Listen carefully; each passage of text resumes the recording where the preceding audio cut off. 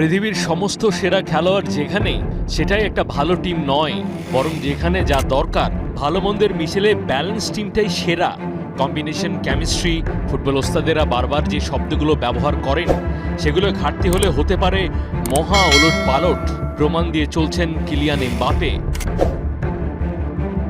উঠতে থাকা দলটা এবার হবে আরও অপরাজেয়, এমন ভাবনায় গুরেবালি। আদতে রিয়াল মাদ্রিদে যুক্ত হওয়াতেই সুখের সংসারে গন্ডগোল, বরং এমবাপেই যেন হয়ে গেছেন একটা পাকা ফ্যামিলি ব্রেকার। মাঠের খেলাতে পরিষ্কার, না রিয়াল ওর সাথে তাল মেলাতে পারছে, না এমবাপে বুঝতে পারছে রিয়ালের সিস্টেম। বার্নাব্যুর সাপোর্টাররা বিরক্তির চূড়ান্তে, তবে আনচেলত্তি শোনাচ্ছে না আসার গান। এমবাপে এখানে নতুন এসছে, তার মানিয়ে নিতেও সমস্যা হচ্ছে। সে ইতিমধ্যে ৮ গোল করেছে, আক্রমণে অংশ নিচ্ছে। অবশ্যই সে একজন ভালো খেলোয়াড়, কিন্তু আমাদের সকলের আরও ভালো খেলার চেষ্টা করতে হবে।